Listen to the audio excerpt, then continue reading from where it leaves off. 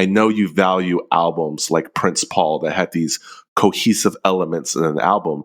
And Masta Ace has the word story in the album. But at the same time, he purposely shied away from concept songs. He shied away from making topical songs. And he instead wanted to make a lyrical album.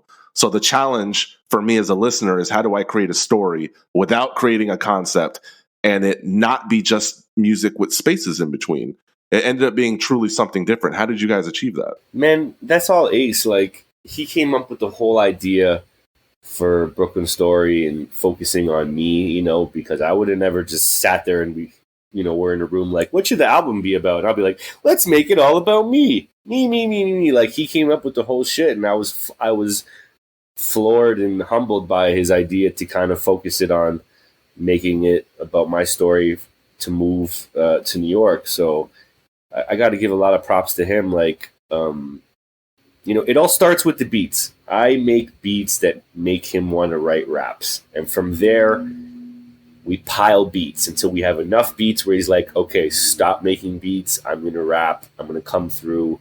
And then it's kind of like playing Jenga at that point. It's like a puzzle. It's like he kind of sits there and is like, how can I make this work? So he is responsible for a lot of the flow and the whole idea on that level. Because I just never would have came up with the concept to make it about me.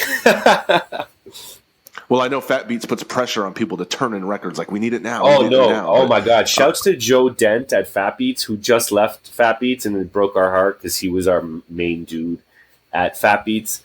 And God bless him. Like, they did not at any point stress us out or get involved in our creative process. They might have helped us with, like, if you want it to come out at this date, you should hand it in now. Like, but man, super good experience working with Fat Beats and Joe Dent for our record. So they did not in any way annoy us or do anything. They just rock with whatever we wanted to do. They supported us. So I fucking want to thank them for that. And you said you'll never do another producer album. Do you still feel that way? Oh man, right now I feel that way. Yeah, but you never know what's going to happen, man. You know what it is? It's just, it's not inspiring. Like, back then I was so hungry and I didn't have a name, so I wanted to do it. I guess now that I have a little bit of an established name in the underground, I'm more inspired to work with people that want to work with me.